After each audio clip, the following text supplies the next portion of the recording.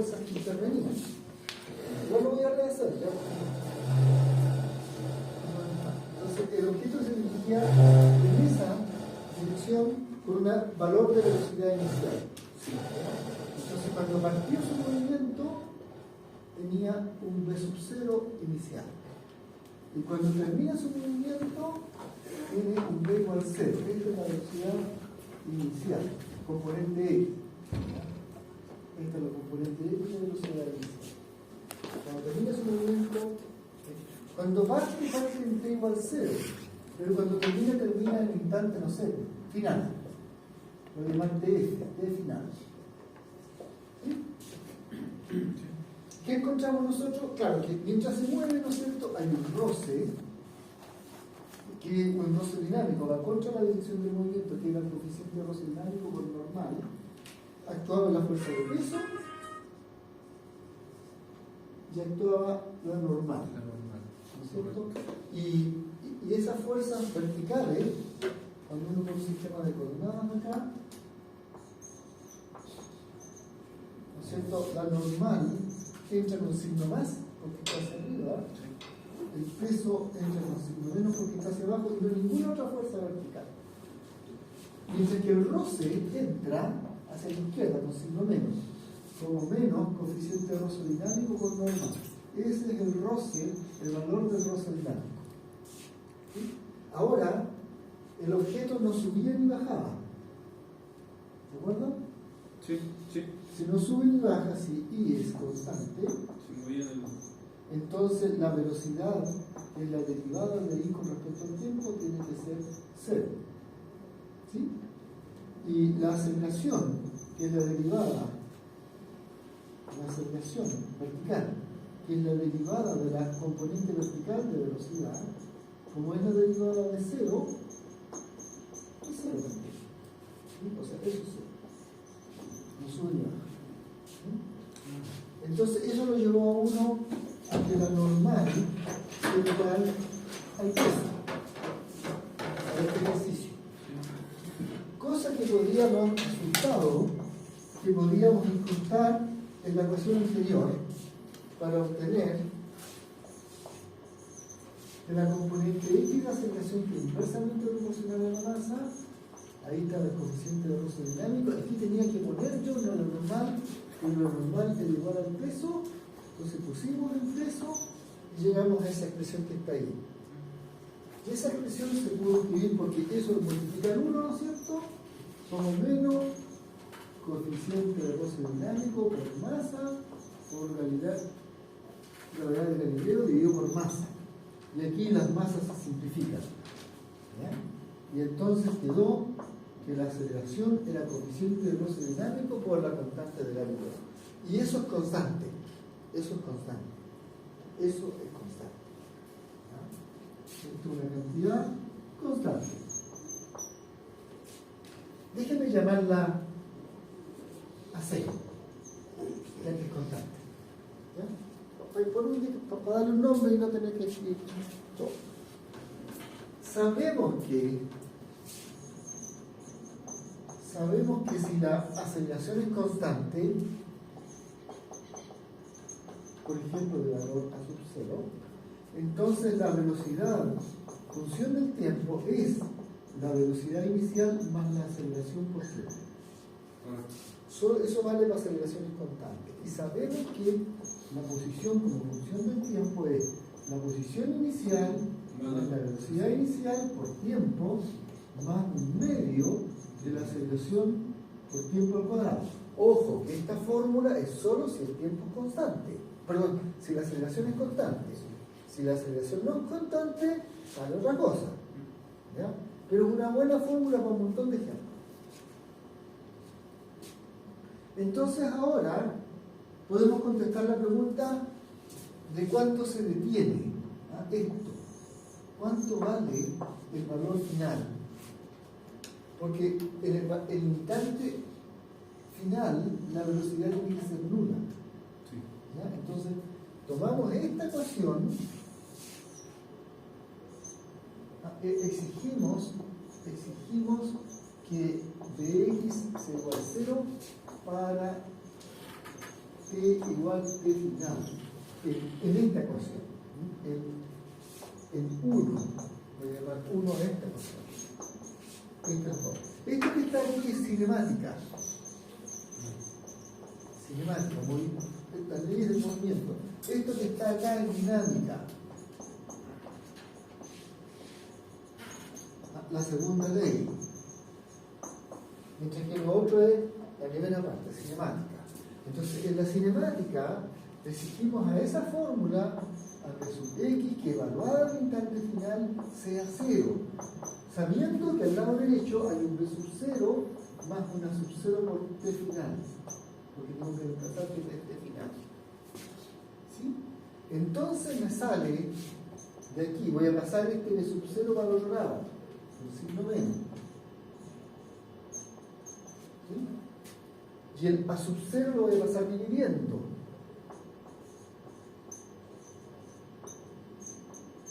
Me sale un valor para el tiempo. Para poder calcularlo, tengo que meterle los datos. Tengo que meterle, ¿no es cierto?, que tengo menos la velocidad inicial y que la sub 0 está aquí. Aquí está la sub 0. Es menos coeficiente rosodinámico, ¿por qué? Entonces lo voy a meter ahí. Menos coeficiente rosodinámico por la constante de Galileo. Todo esto lo estoy haciendo sin número, para que se vea. ¿Ya? Y por supuesto menos como menos da más. Así es que tengo entonces con eso un valor para el tiempo final que está dado por el valor de la rapidez inicial dividido por la constante de Galileo y el coeficiente de Rosse dinámico. Y ahora le podemos poner número a eso. Entonces, ¿cuánto era la rapidez inicial? La rapidez inicial era 25 metros por segundo. 25 metros en cada segundo. ¿Cuánto era el coeficiente de fricción? 0,3, algo así, ¿no? 0,4, ¿cuánto era? Sí, no lo parece. Pongámosle un valor. Supongamos que mu sub d es 0,4. Lo que sí dice, cuando una fuerza neta es de 15 minutos. Una fuerza neta actúa sobre ella. Es otro ejercicio entonces. Ya, pero no sé, déjame terminar porque la idea la cuenta. Claro. Después podemos no me di cuenta que estaba haciendo eso. Voy a suponer que eso es 0,4 y aquí voy a poner el valor de la constante de Galileo. Estos son metros sobre segundo cuadrado, el otro no es dimensional. Entonces eso te da un tiempo. ¿Cuánto te da? Aquí el tiempo final. No, pero este. Para no comprobar la confusión. Sí.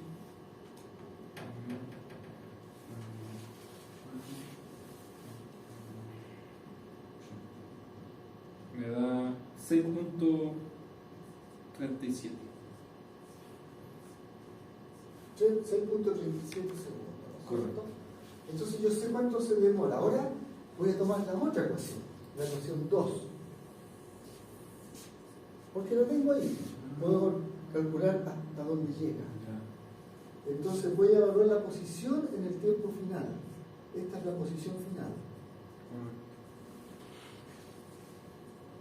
Tiene que ser igual a la posición inicial, lo que sea la posición inicial. Después le podemos poner valor. Más la velocidad inicial por el tiempo final. Más medio de la aceleración. Eso, más medio de la aceleración por el tiempo final al cuadrado. Pero, antes de meterle el número, voy a reemplazar aquí la fórmula. Para que se vea lo que está pasando. Entonces voy a poner posición inicial, velocidad inicial. La fórmula dice que v sub 0 partido por coeficiente de Rosse dinámico por g. ¿Sí? Y entra a potencia 1. Después tengo que poner un medio de la aceleración. La aceleración está aquí, ¿no? ¿Dónde está? Aquí está la aceleración. Esto es 0. Mira, mu sub d por g con signo menos. ¿Sí? Entonces voy a poner aquí menos mu sub d por g. Esa es la aceleración. Y voy a poner la fórmula para el tiempo final que tiene que entrar al cuadrado. V sub 0 partido por mu sub d por g, pero al cuadrado. ¿Ya? Eso es lo que estamos calculando. Lo quiero hacer con números, con letras y después con números. Entonces, esto de x sub 0, este b sub 0 por el ese b sub 0 me da b sub 0 al cuadrado partido por el coeficiente dinámico sobre g. El otro tengo un medio con signo menos. Tengo un b sub 0 al cuadrado de aquí, que viene de aquí. El menos ya lo puse, tengo un mu sub d por g multiplicando, y acá abajo tengo un mu sub d al cuadrado y un g al cuadrado. Entonces está elevado al cuadrado, está multiplicado y está elevado al cuadrado. Entonces lo puse dos veces, pero uno se da cuenta que un g se cancela con uno de estos y un mu sub d se cancela con un mu sub d. Entonces todo esto se traduce en x sub 0 más b sub 0 cuadrado sobre mu sub d por g menos la mitad de lo mismo. Perdón, aquí falta un cuadrado, b sub 0 cuadrado. No es la mitad de lo mismo, b sub 0 cuadrado partido por mu sub d g. ¿Sí? O sea que esto que está aquí es una manzana menos la mitad de la manzana. ¿Sí? Una menos un medio es un medio de la rapidez al cuadrado partido por el coeficiente aerodinámico de g. Entonces puedo escribir aquí una fórmula final para la posición. Ahora lo escribo por aquí. Entonces de aquí sigue que la posición final es igual a la posición inicial más algo. Y ese algo es la mitad de b sub 0 al cuadrado dividido por el coeficiente aerodinámico de la gravedad. ¿Sí? Sí. Y ahora podemos ponerle número. Supongamos que x sub 0 sea 0. La posición inicial está justo en el origen. Es 0. Ya. Entonces lo otro tiene que ser la velocidad inicial, los 25 al cuadrado, dividido por 2 veces 0.4 y por 9.82. Y eso me da un valor. ¿Cuánto da? 25 al cuadrado dividido por 2, dividido por 0.4 y dividido por 9.82.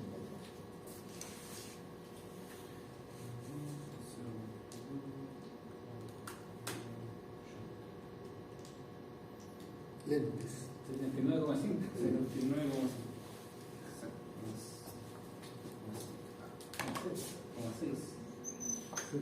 Casi 80 metros. ¿Sí? ¿Lo seguiste bien ahora? Sí, profe. Sí, no, sí. Bueno, ya. Ahora en el ejercicio que tú estabas atacando, a lo mejor que tomar una foto, no sé. no, es que la verdad, lo demás, pero me quedó súper claro porque aquí, en este caso, daban una posición final. Claro. ¿Ya? Ya, pero en este otro ejercicio veamos qué pasa con el otro, porque aprovechemos, si no hace más resolver el otro. ¿Bueno? Entonces, en el otro es como parecido, solo que en vez de calcular el roce, lo están dando. ¿Ah? Te dicen, sabe que hay un objeto y se mueve de tal manera que la fuerza de frenado, que experimenta, se mueve para allá, y la fuerza de frenado que experimenta, ¿cuánto dijeron que valía? La fuerza neta. Sí, la fuerza total de frenado. ¿Cuánto dijeron que valía? 15 newton. Y dicen de 15 newton hacia la izquierda, ¿cierto? Entonces uno puede escribir, ya sé la fuerza horizontal. Las verticales, ¿qué importa? Porque no las estamos analizando. Las verticales ya sabemos que se cancelan.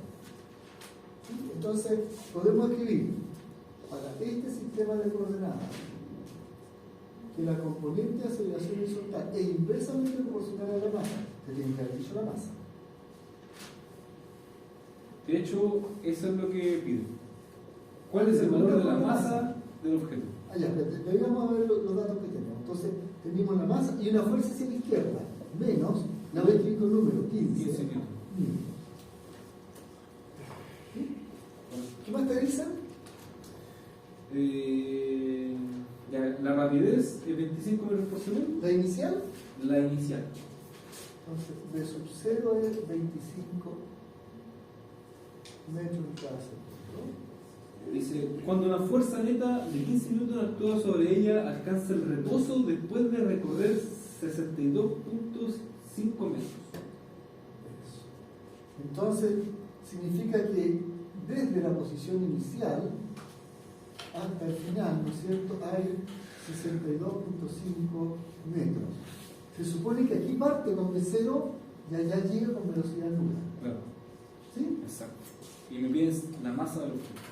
Entonces ahora podemos proceder un poquito al revés, ¿no es cierto? Porque si tú te fijas, cada vez que hay un menos mu sub d, ¿por qué yo lo puedo reemplazar por la aceleración? ¿Sí? Entonces, aquí hay un mu sub d sobre t.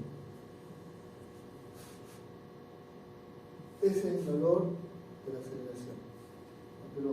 Pero hagámoslo de nuevo. Entonces es una aceleración que depende de una masa desconocida, pero es constante. Todo esto es un número. Es un número negativo, del cual todavía no sé el valor n. Pero igual tengo esas ecuaciones de Young.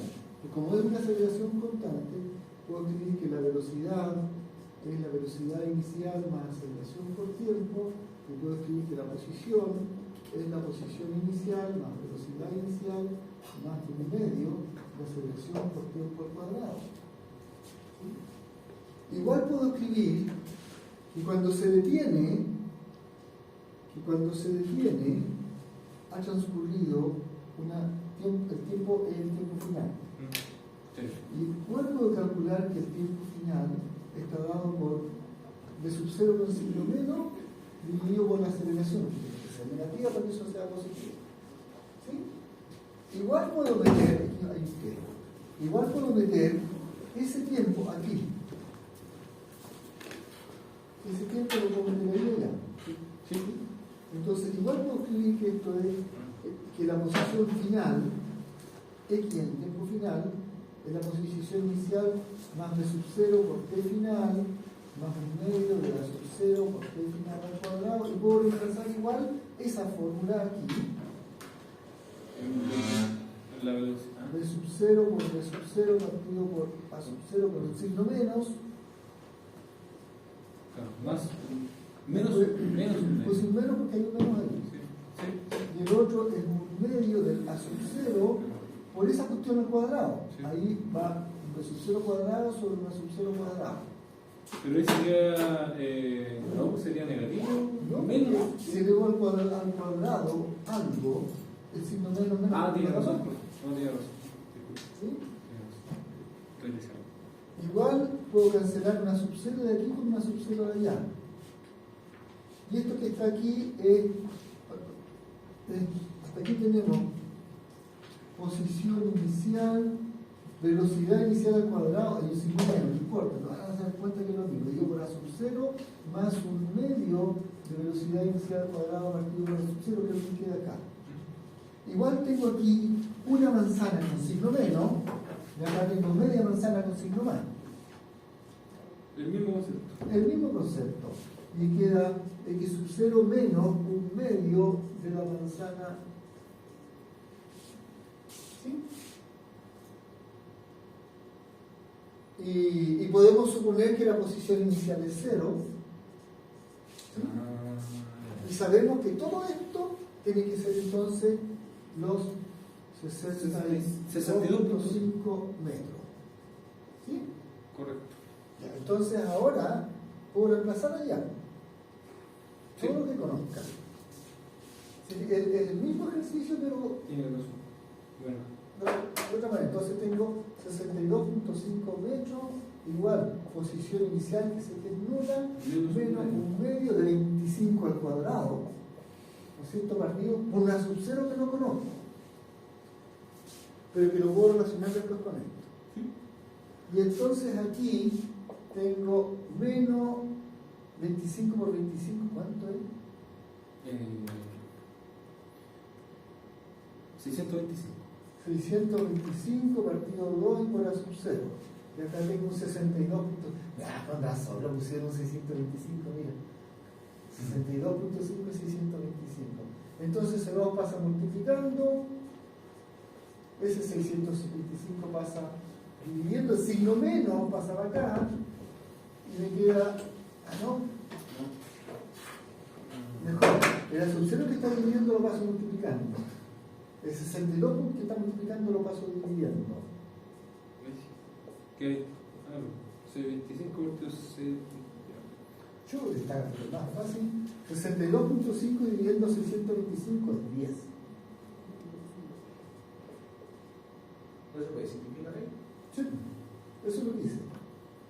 625 dividido por 62.5 es 10. Simplifiqué. Simplifiqué ese con ese me quedó 10. Sí. Sí. Sí. Y 10 partido por 2 es 5. Llegas a los sencillos. ¿Y me salió negativo? Sí. Como tiene que ser. ¿Sí? Entonces ahora voy acá. ¿No es cierto? Entonces ahora vamos a esa de allá porque la masa no la conocía. Pero sabía que la situación que resultaba era constante, entonces podía usar la cinemática. Así es que. ¿Y despéjalo? Ahí, claro, pongo los menos 15 newton dividido por la masa desconocida igual a la sub 0, y la sub 0 son menos 5 metros sobre segundo cuadrado. Entonces este m que está dividiendo pasa a multiplicar, ese m que está multiplicando pasa a dividir, y me queda m igual a menos 15 newton dividido por menos 5 metros sobre segundo cuadrado, y eso 15 partido 5 es 3, menos por menos da más, kilógramo. Y eso es la masa. ¿Sí? Eso, entonces. Muchas gracias. ¿Está bien? Disculpe la. No, tranquilo. Agradecido. Si tienen alguna otra pregunta.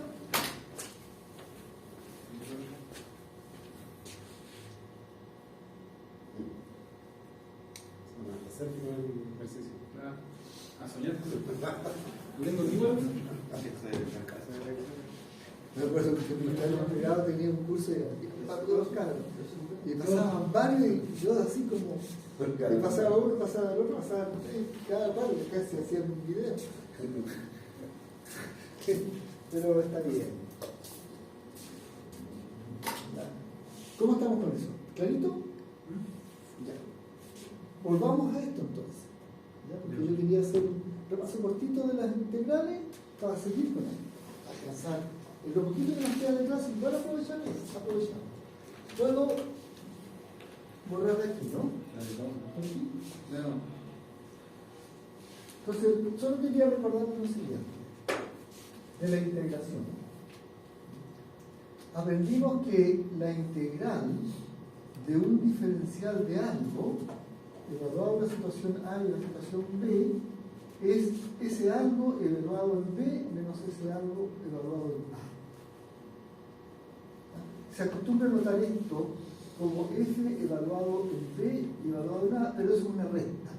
FB menos FA. Cada vez que uno pone esa barrita evaluado en A y en B, significa una recta. Eso lo habíamos llamado teorema fundamental del cambio.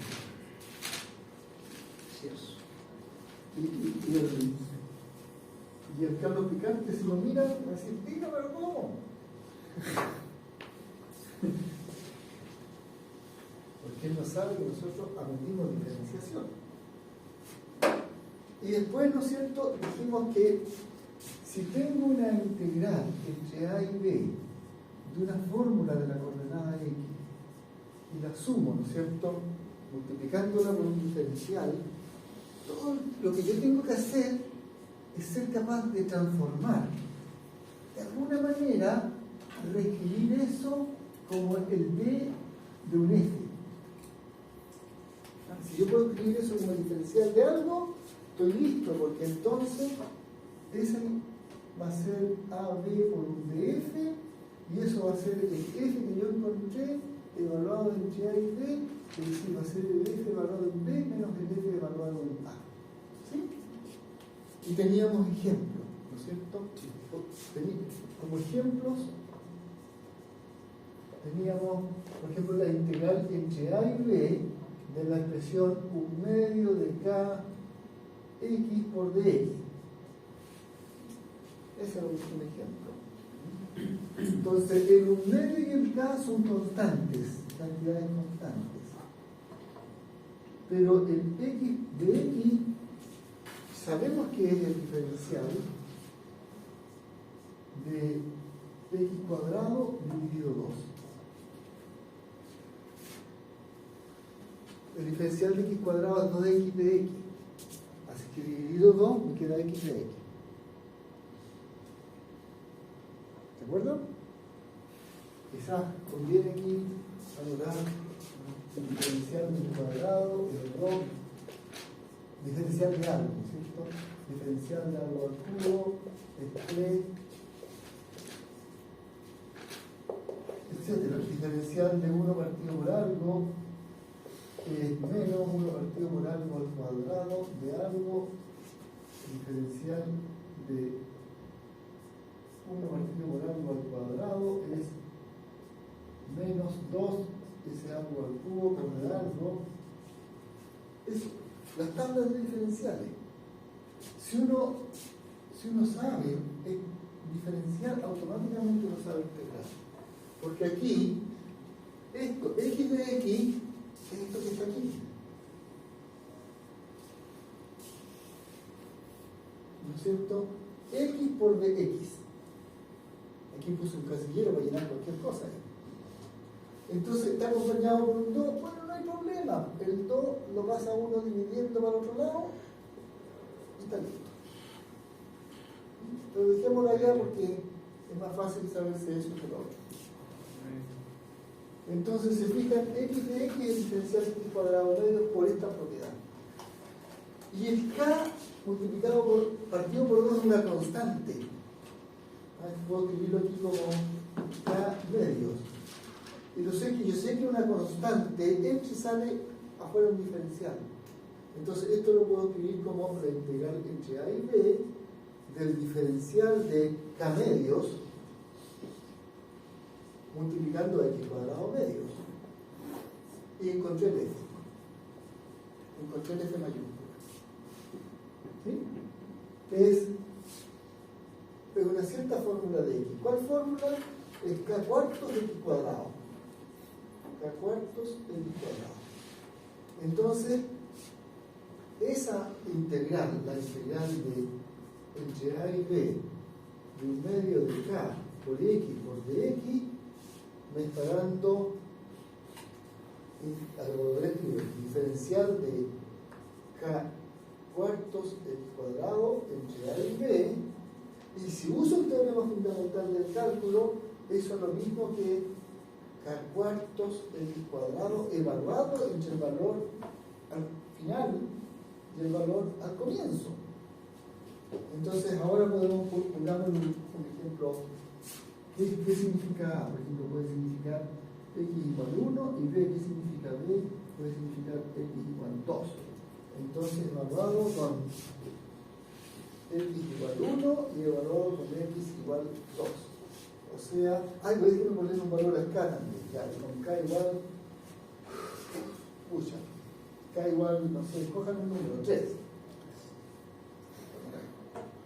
Entonces esto da 3 cuartos por el valor de X reemplazado por 2 al cuadrado, restado con 3 cuartos por el valor de X reemplazado por 1 al cuadrado.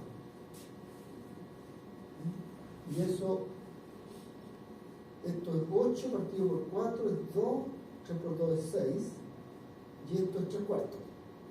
6 menos 3 cuartos. 6 por 4 es 24, 23 son 21 cuartos. Y eso fue lo que mostramos el otro día con harto ejemplo. No entiendo, profe. ¿Cómo hace uno una integral? No entiendo. ¿Qué es lo que no entendiste, Joaquín? No entiendo por qué le dio 6. Debe haber quedado 2, 4, ¿cierto? Porque aquí queda 8. Ah, no, este es 4. Sí, se va con el 4 y 3. Queda 3. Gracias. Ay, pero 3. Sí, está mal. Entonces 3 por 4, 12. Menos 3 son 9. Ahora sí. Gracias. Lo vi como un 2 elevado a 3. ¿Se siguió? Eso fue lo que enseñamos el otro día de hacer un integral. Hagamos otro ejemplo aquí. Sí. Otro ejemplo.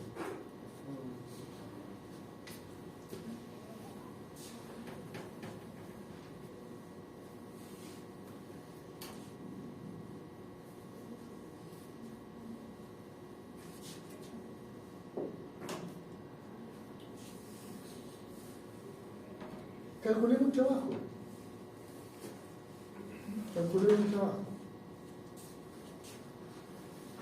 Voy a suponer que hay una fuerza que depende de la posición. La fuerza elástica, por ejemplo, es una fuerza que depende de la posición. Pero voy a suponer otra fuerza. Voy a suponer que la fuerza es de la forma...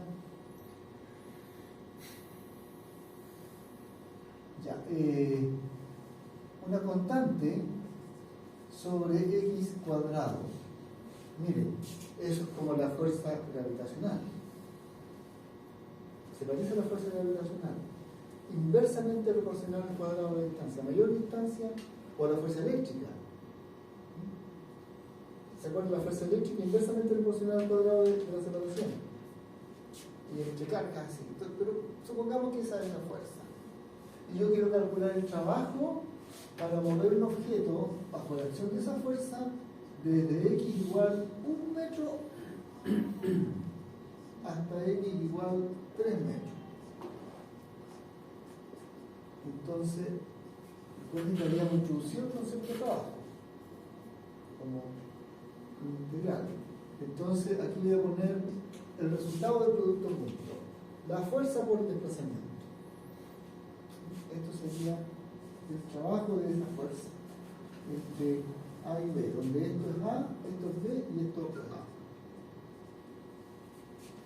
O sea, en otras palabras, a lo largo de un eje hay un sistema de coordenadas. Por aquí está la coordenada x igual 1, por aquí está la coordenada x igual 3 metros. Se mueve un objeto partiendo de aquí y llegando allá. Esto es A y eso es B. Mientras se mueve, y va moviéndose para allá, actúa esta fuerza. Actúa con signo menos, así que seguramente actúa allá. Y el objeto se desplaza en sentido creciente. Así es que el trabajo, ¿no es cierto?, va a ser el producto de la fuerza por el desplazamiento. Yo lo calculo como la integral entre 1 y 3 de esa fórmula menos k sobre x cuadrado por dx. Pero esa fórmula que está ahí, si la miro allá, la voy a mirar allá, el menos k lo voy a dejar solito. Voy a poner la fórmula partido por la fórmula al cuadrado. Ese es el x. Y el signo menos también lo voy a dejar acompañando ahí. A ver si la encontramos allá. Aquí está.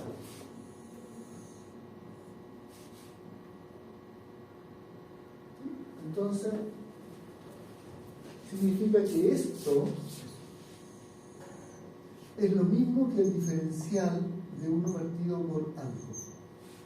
En este caso, nuestro algo es x. Entonces voy a reemplazar ahora que eso es x. Esto le pasa la conexión con la allá nomás. ¿Sí? Entonces, y hay que entre 1 y 3. Entonces escribamos acá. Entonces queda integral entre 1 y 3 de k por el diferencial de 1 partido por x. Pero k es una constante. Yo no dije lo que es k, pero es una constante. Yo creo que esta constante tiene que tener dimensiones de Newton por metro cuadrado, ¿no? Porque como estos son metros cuadrados, fíjense, estos son metros cuadrados, esto es longitud, posición. Y esto tiene que ser, todo esto me tiene que dar Newton. Así que eso 15 newton multiplicado por 1, bueno, después le damos un valor de K. Olvidemos de inmediato, qué sé yo, 7 newton por menos para contar.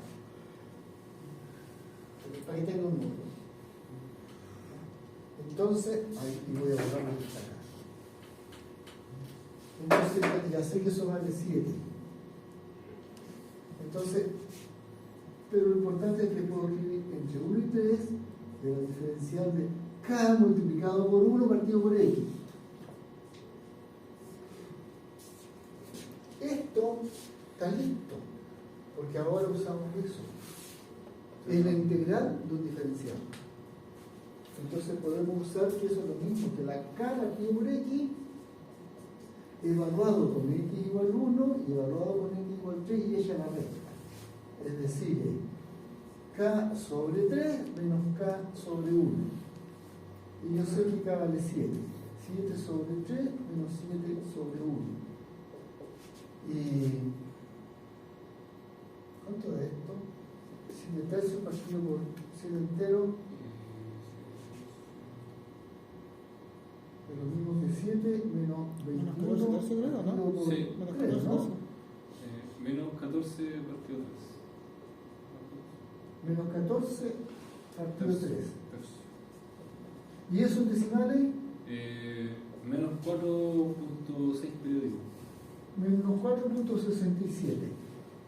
Como es un trabajo, tiene unidades de Yao, Joule. joules, ¿no es cierto? Unidades de energía. Entonces esto da 4.67 Yao.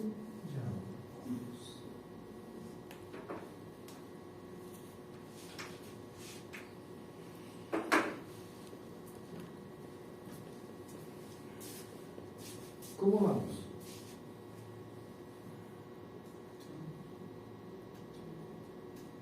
Yo sé que nos faltaron clases.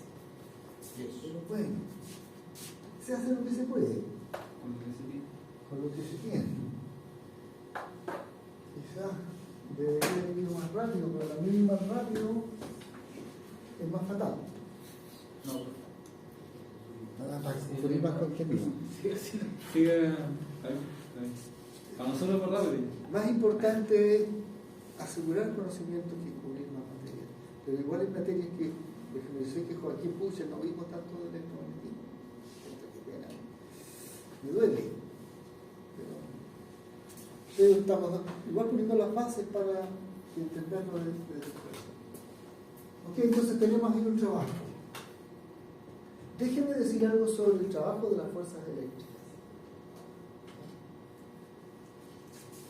Resulta que nosotros vimos que las fuerzas eléctricas, ¿no es cierto?, eran de la forma constante por carga que siente el MQ0, por carga que provoca la fuerza, multiplicada por un vector donde está la partícula que siente, ese lo voy a llamar R nomás, ¿ya? Pero se refiere a la posición de la carga que siente, la posición de la partícula que provoca la fuerza, dividido por el tamaño de esa diferencia elevado al cubo.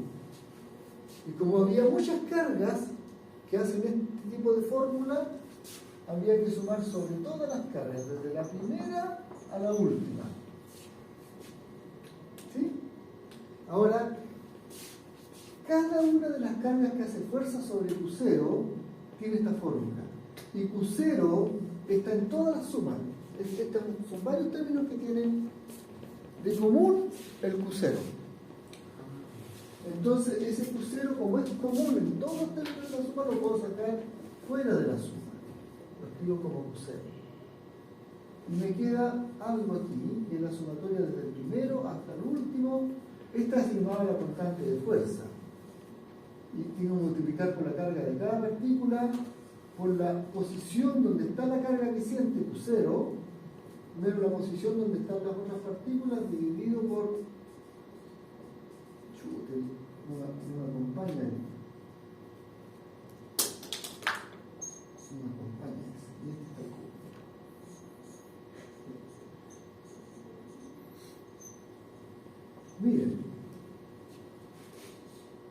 Si uno es capaz de hacer esta suma,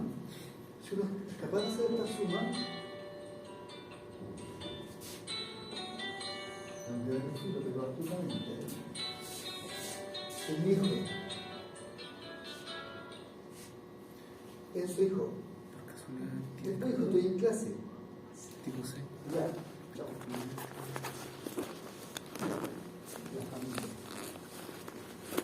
Esto, miren, aquí arriba hay vectores, ¿sí? Que dependen de la posición.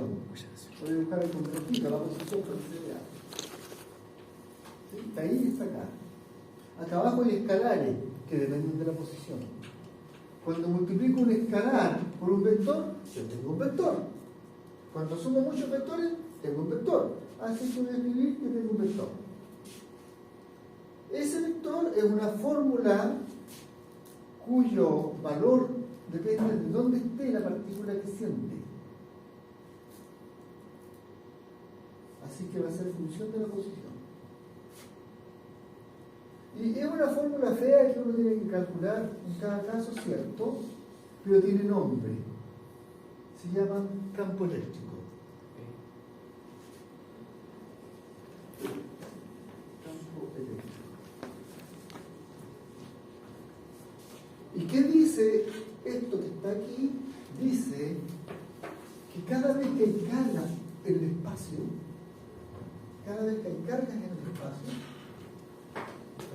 cargas ubicadas en distintos lugares, la Q1, la Q2, la Q3, todas las que estén, hasta la última, y son trillones por cada colón, son muchas. Otra partícula, ahí están todas las otras, otra partícula, la Q0, siente algo. Todas le provocan algo y siente ella algo, que es la fuerza eléctrica. Y esa fuerza eléctrica, de acuerdo a esta fórmula, es Q0 por el campo. Es Q0 por E. Q0 por el campo. Entonces, esta fuerza eléctrica está dada por Q0 por el campo eléctrico. Eso que ocurre ahí es exactamente lo mismo que le pasa a una partícula como la luna,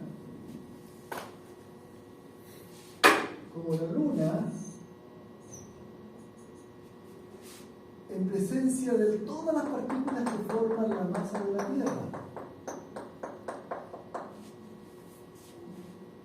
Cada una de estas le hace una fuerza a esa, una fuerza y experimenta una fuerza gravitacional.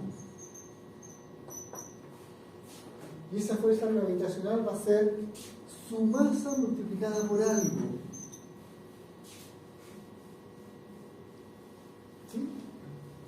Ese algo depende de dónde está ella. Del mismo modo que la fuerza que siente esta carga depende de dónde está ella. Ese E es la posición de Q0. Acá, este R, voy a poner aquí en minúscula, es que va a ser una gran masa en minúscula. Ese R es la posición de M minúscula. Este G se llama campo gravitacional. Este G se llama campo gravitacional.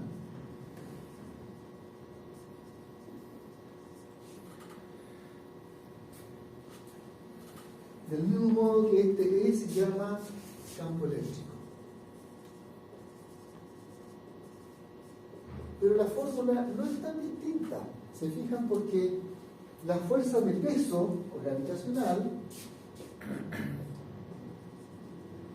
es masa por gravedad, y nosotros la sabemos aplicar a la superficie de la Tierra, y la fuerza eléctrica es carga por campo. E incluso lo va a sacar Q0. Carga de quien sienta por campo. No son tan distintas. ¿Ya?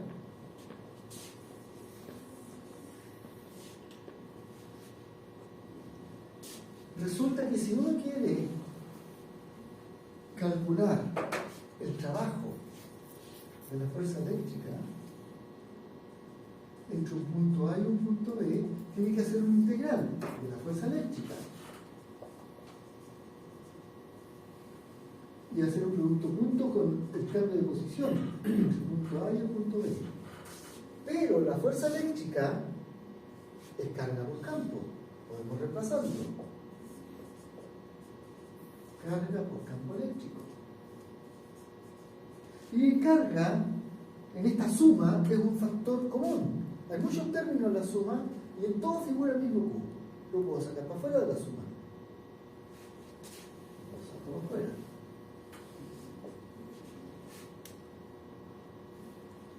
Hay un pequeño detalle con un signo, pero no es importante. Y me queda la integral entre A y B de la fórmula que depende de la posición, producto punto por la posición. Esto que está aquí, yo lo voy a poder escribir tarde o temprano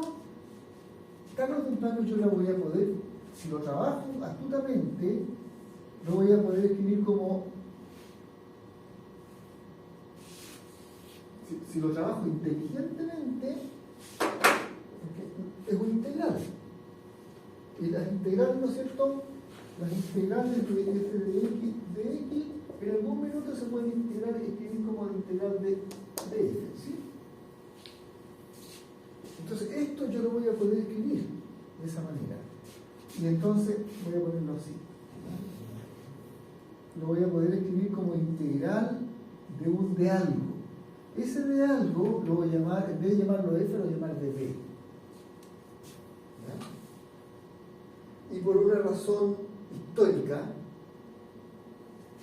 ya voy a poner un signo menos. Poner un signo menos es, pongo un signo menos afuera siempre que pongo el signo menos adentro, porque menos por menos da más. Siempre puedo hacer ese truco. Entonces, lo vamos a ver con la fuerza de peso y van a hacer. Entonces, si yo logro hacer eso, el resultado de esto va a ser menos Q por B evaluado en la situación final menos el B evaluado en la situación inicial.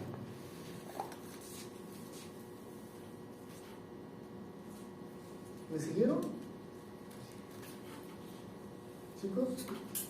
¿Me siguieron? No he hecho el truco, ¿no es cierto?, de reescribir, no he hecho los pasos para pasar de aquí a allá, pero he dicho que se puede. Y cuando uno encuentra ese B, se llama voltaje. Voltaje. Y esto es una diferencia de voltaje.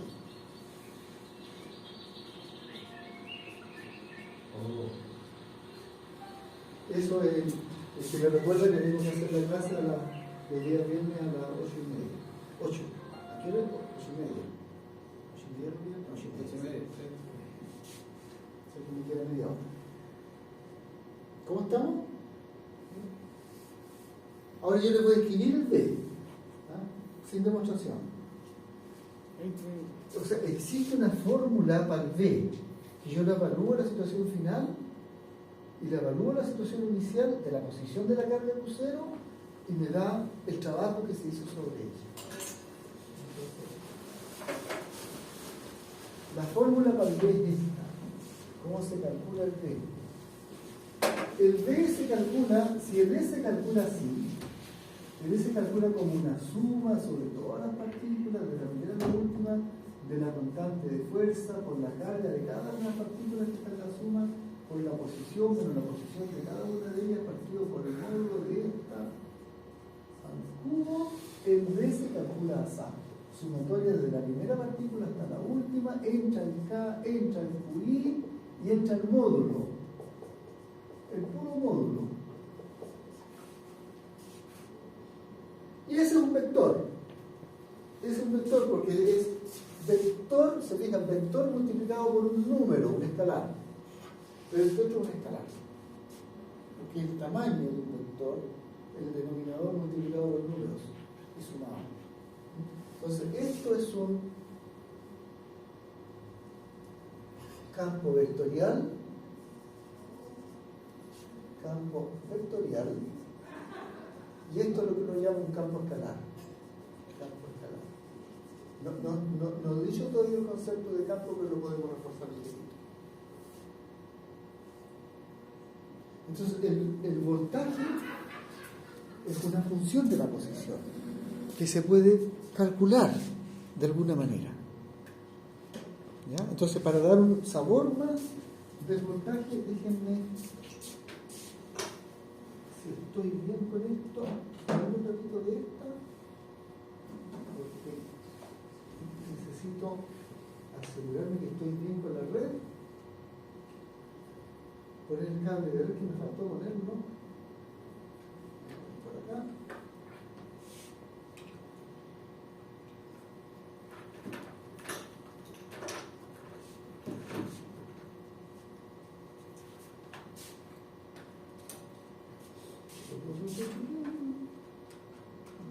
Red un ratito. Hay una wifi, pero siempre por aquí. Ya necesito que esto se conecte. ¿Dónde está? Hacer servicio activo. Hacer servicio activo. Aplicar y ya se me va a conectar. Conéctese. Vamos, conéctese. Se conectó. Y ahora tengo que buscar aquí algo de mi mano, pero esa parte no. Entonces, Fields and Charlton Fields. A ver si me lo abre el micrófono. Bien. ¿Se acuerdan que habíamos usado días atrás que habíamos puesto una perlita? Sí. Que era un campo eléctrico. Miren, yo puedo mover este detector y pedirle que me ponga el valor donde el potencial, donde la función B vale lo mismo. En todos esos puntos en torno a la carga, la función B vale lo mismo. Déjenme, ¿dónde está el detector? El detector está por ahí. Apenas alcanza a ver, que yo debería ser más grande. Pero si me paro aquí me dice que para una carga, estas cargas son de 1 nanocoulomb. ¿Cuánto es un nano? Menos 9, ¿no? Menos 9. Menos 9, un millonésimo de coulomb. Si esa carga tiene un millonésimo de coulomb, ¿a qué distancia está de la carga? Ya no sé. No me dice. Pero me dice que el voltaje a esa distancia son 4.9 volts. En esta fórmula aplicada para una única carga, la en rojo, y se supone que evalúo en esa posición R a distancia de esa carga, de la única, y puedo pararme en otro lugar, no puedo correr más allá, y le pido que nuevamente me dibuje el valor del voltaje. Me dice, hay toda una distancia constante y el voltaje vale 3.5. Y si me acerco entre 3.5 y acá, fíjense el numerito que está ahí, no sé si lo alcanzan a ver. 3.0 va aumentando, casi 4.9, me acerco, aumenta más el voltaje y aumenta y aumenta. ¿Sí? O sea que si yo pudiera tomar una carga aquí, que experimente una fuerza y la dejara alejarse desde voltaje 4.9 hasta voltaje igual 3, ella sufre un trabajo, ¿no es cierto? Porque pasa de un voltaje grande a un voltaje chico, pasa de 4.9 a 3.0.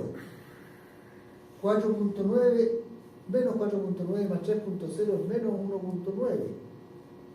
Eso multiplicado por menos me da más. Y multiplicado por el valor de la carga me da los joules del trabajo que hace la carga en rojo sobre la carga en amarillo para moverla desde un lugar al otro.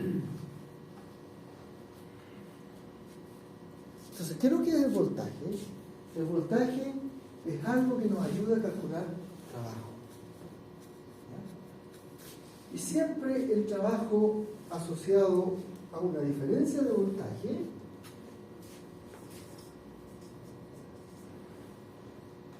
el trabajo eléctrico va a ser menos el valor de la carga por la diferencia de voltaje. Esto lo vamos a llamar delta. Diferencias de voltaje. También B sub B menos B sub A, también lo anotan B sub BA. Ya no sé cómo lo anotan exactamente ustedes en sus cursos. Pero eso es la diferencia de voltaje entre dos puntos. Y el trabajo para una carga, ¿no es cierto?, tiene que ver con la diferencia de voltaje. ¿Cómo estamos? Entonces, ahora que tenemos, y yo no me quiero meter mucho con eso, porque ya hicimos otro día cálculo de fuerza eléctrica, ¿se acuerdan? Para 4 cargas ya agotamos. Igual el voltaje es un poquito más fácil, para 4 cargas uno se cansa, pero no se cansa tanto. Entonces, quedémonos con el concepto.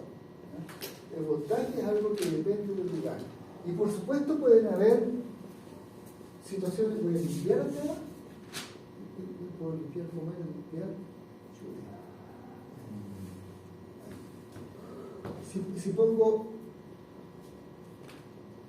2 cargas y le digo que me grafique el voltaje,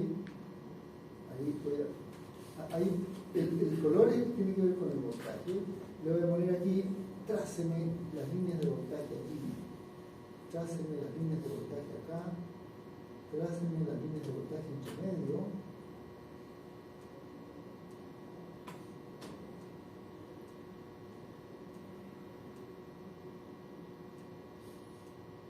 Estoy pidiendo que me grafique los valores donde el voltaje es lo mismo. Todas esas líneas en verde son valores donde el voltaje es lo mismo en el espacio.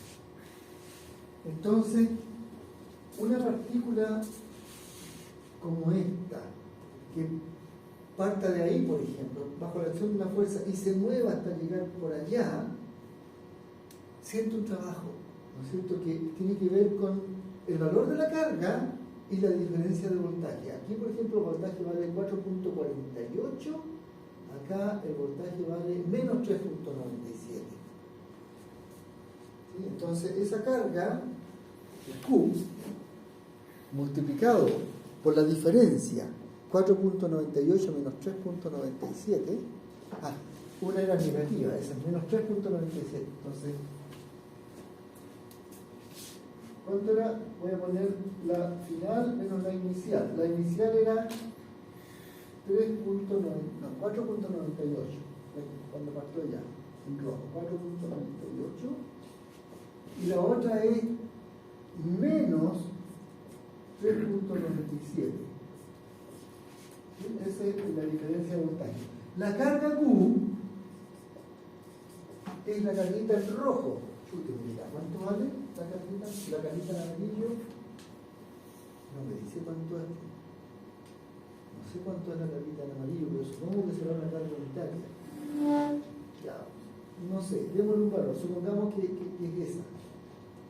Que se mueve esta. No, pero esa genera campo a su vez. No. Pensamos una que prácticamente mantiene la posición de la otra. No sé cuánto vale la carguita amarilla, no dice el software cuánto vale. Pucha, ahí hay un error. Pero supongamos que esa carguita amarilla la quiero, ¿no es cierto?, pasar desde allá acá. Supongamos que vale, no sé, 3 microcoulombs. ¿Qué dice la fórmula? Cambio de signo. Pongan un signo menos. Menos 3 microcoulombs multiplicado por menos 3.97 menos 4.98. ¿Cuánto da eso? Menos 3.97 menos 4.98. ¿Cuánto da? Esto es un día a la menos 6. ¿Cuánto da todo esto?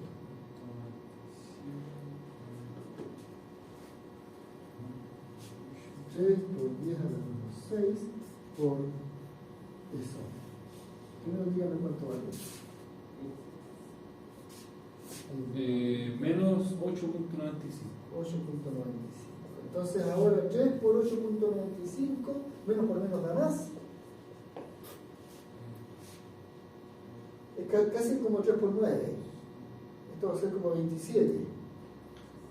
26.9 o algo así.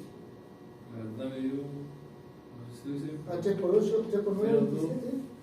Menos 2.7 por 10 a la menos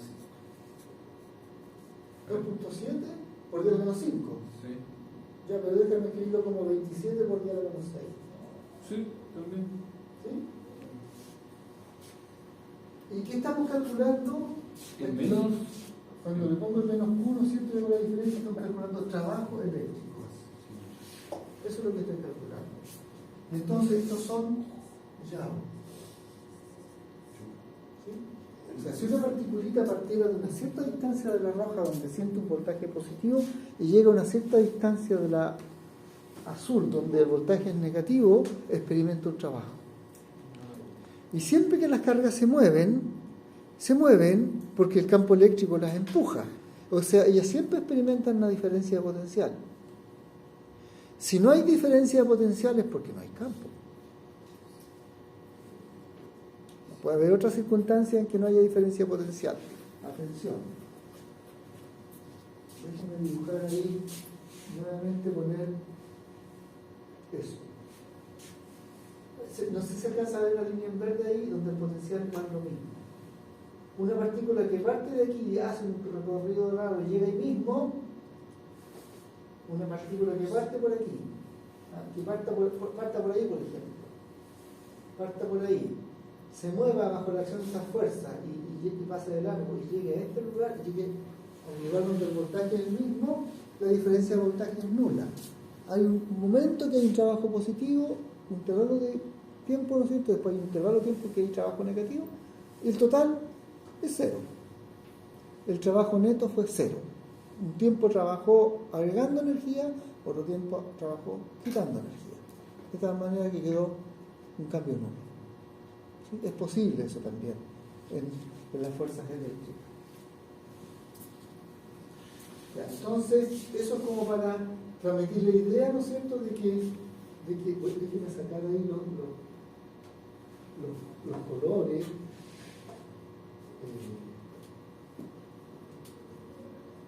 Y quedarnos solo con las líneas de potencial. Y entonces, cuando uno dice que tiene un campo escalar, lo que uno dice es eso, que tiene en cada lugar del espacio tiene valores distintos del potencial. Y esos valores van cambiando de lugar en lugar. Y las líneas en verde ahí son los lugares donde el voltaje vale lo mismo. Y si yo me muevo con ese sensor que tiene un signo más ahí, el numerito que se indica ahí va cambiando, porque en distintos lugares del espacio, no sé si alcanza a recibir el numerito que cambia, está medio borroneando, ¿no? Lo puedo hacer más grande, no hay. Fíjense, valores positivos del voltaje va cambiando, en cada lugar va cambiando el voltaje del espacio.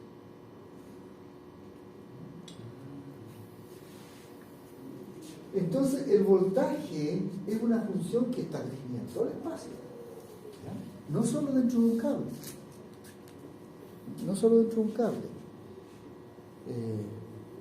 por eso que uno tiene señales eléctricas que se propagan en el espacio donde no hay carga, pero igual hay campo eléctrico, igual hay voltaje, y ese voltaje está variando en la posición y en el tiempo.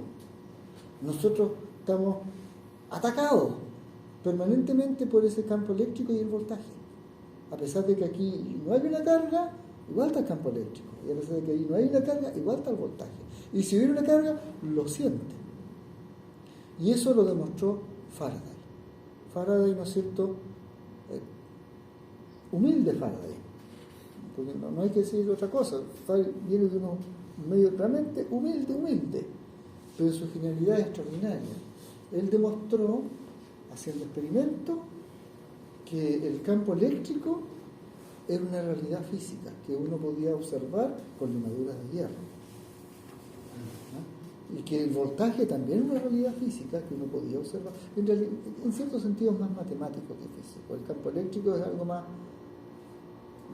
real, digamos así, pero el voltaje no está lejano de ello.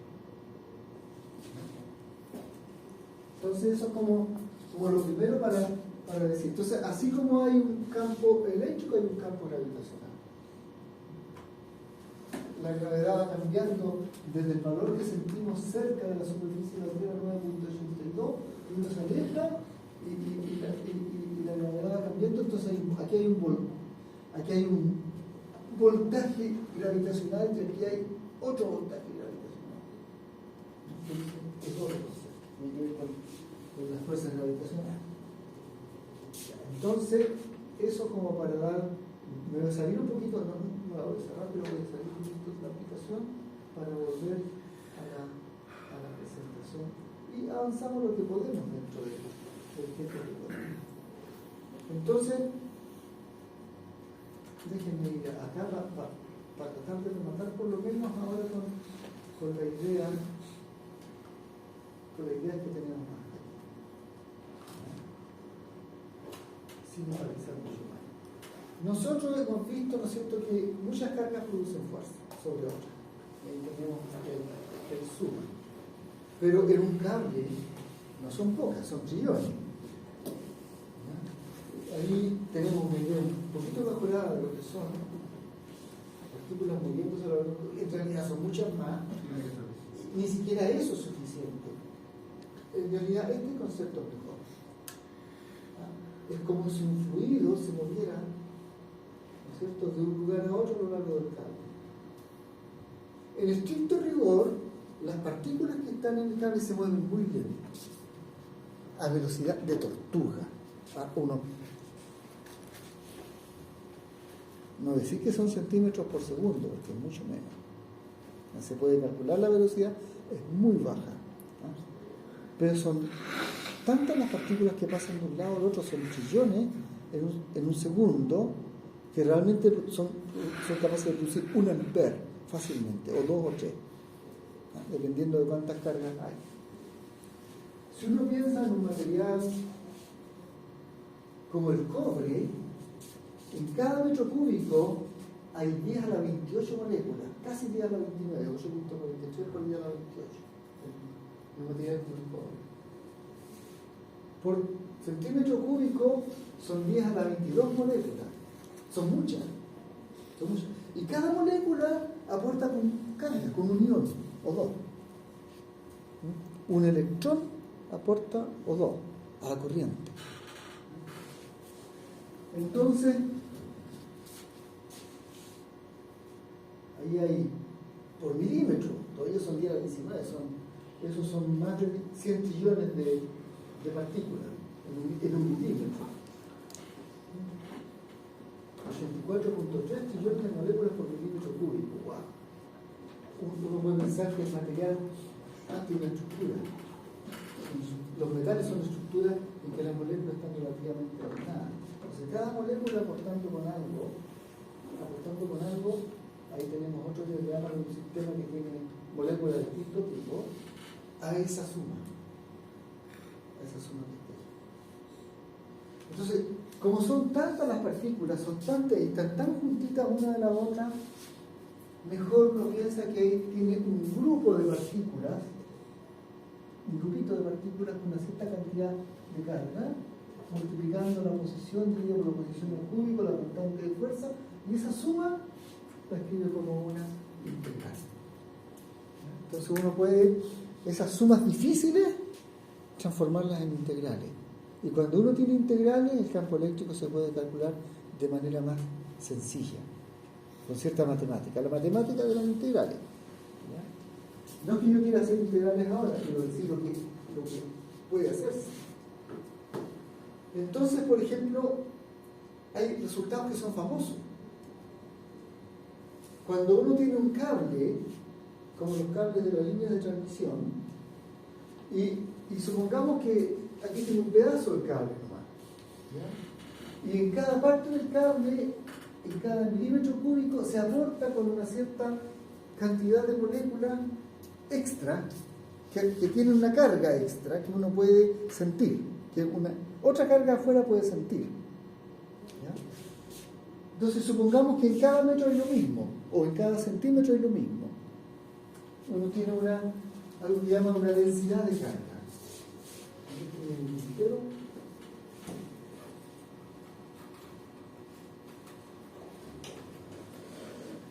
Profe, ¿estamos bien con la hora? Sí, vamos a cerrar ahora. Vamos a la canción.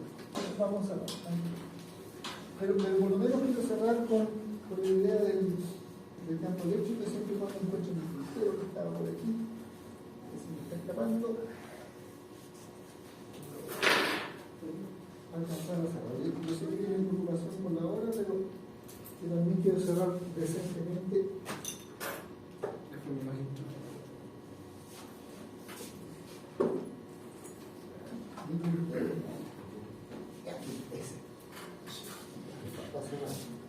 ¿Y cuánto queda ahí? Estamos pasando 3 minutos. 10 minutos. Ahí pasemos un par más, no mucho más. ¿Ya? Entonces, en cada centímetro hay la misma cantidad de carga. Si eso ocurre, uno puede calcular el campo eléctrico haciendo esas integrales, esas sumas. Y uno obtiene cosas como esta. Esta es la fórmula, pero aquí está la idea. A la misma distancia, del eje, el triángulo arroz, hay el mismo campo eléctrico, pero apuntan en distintas direcciones a lo largo de esa misma distancia. Incluso, si me cambio de lugar, pasa lo mismo. Entonces, ese vector es un vector que apunta hacia afuera. Y ese ρ es la distancia. Y el campo que se genera a esa distancia puede calcular. Es 2, la constante de fuerza se mueve por 10 a la 9, ¿se acuerdan? Sí. Por cuánta carga hay en cada metro del cable, dividido por la distancia del cable, y apuntando hacia afuera. Eso es una gráfica del campo eléctrico, ¿no es cierto? Un campo eléctrico en torno a un cable. También si uno tiene un anillo, imagínense que esto no es trambólico, un anillo que tenga la misma cantidad de carga a lo largo del círculo. Entonces uno puede calcular el campo, por ejemplo, sobre el eje y dar una fórmula un poquito más fea, o harto más fea. ¿Ya? Entra la constante de fuerza, el 9 por 10 a la 9, entran los coulombs en cada metro lineal del anillo, los coulombs dividido por el perímetro del anillo, entra el radio del anillo, lo llamé A, y entra, ahí está A también, y entra Z, que es la distancia desde el plano que contiene el anillo donde está la partícula. Entonces, una partícula que se mueve aquí, una partícula de carga Q, que se mueve frente a un anillo, experimenta una fuerza que depende de ese campo, y ese campo depende de la distancia. Esa fuerza no es constante. La fuerza del campo eléctrico, cierro de inmediato, la fuerza del campo eléctrico es variable, depende de la posición. Pero siempre se puede hacer para el campo eléctrico el cálculo del voltaje, siempre se puede usar que el trabajo se calcula como menos Q por diferencia de voltaje. No importa cómo hayan calculado eso. Como no hay más tiempo, vamos a dejar la clase hasta aquí. Lo único que queda de oferta, y yo lo pregunté a Yuri, y Yuri le preguntó a ustedes, es si ustedes desean el próximo lunes, en el horario de las 9 o en otro de su preferencia, tener una clase de refuerzo de ejercitación. Que van a tener evaluación el martes. Si prefieren eso o quieren dedicarse a estudiar. Yo quiero reforzarme. Reforzar. Sí. Con ejercicios, ¿sí? Con ejercicio, pues solo ejercicio. Sí. Entonces yo selecciono un conjunto de ejercicios razonables para eso, hay que preparar para la evaluación. Pregunta, ¿y en qué horario? ¿Podemos hacerlo a las 7 si es que está disponible? Nosotros tenemos certamen de electricidad a las 7:30 el lunes. A las 7:30. El sábado, ¿por qué no hay el final de clase? ¿El sábado? ¿Por qué no hacemos la sesión el sábado? Sí. Porque yo consulté con el Yuri y me preguntó yo le pregunté cuántas personas estarían dispuestas para el sábado. El Yuri no Y le me preguntó dijeron- absolutamente a nadie. ¿Ah? El Yuri no le preguntó absolutamente a nadie. O sea, dejo Me dijo que había No, como dos no, o tres no, pero que querían y el resto no. ¿Estaba avisado? Sí, no, pero ¿quién lo avisó, no? Con la decisión tomada. ¿Mm? Lo que yo ofrecí, Joaquín, es hacemos un repaso el sábado con el ejercicio o la movemos para el lunes. Eso pregunté. Pero si podemos mañana, A mí me complica porque yo ya me reprogramé. Por la respuesta que me dieron me reprogramé. Pero el sábado, el lunes no tengo ningún problema. Es el lunes en la tarde, ¿no? Después del certamen. Después del certamen Ah, bueno. de... ¿sí? sí. A las 9 o en otro horario.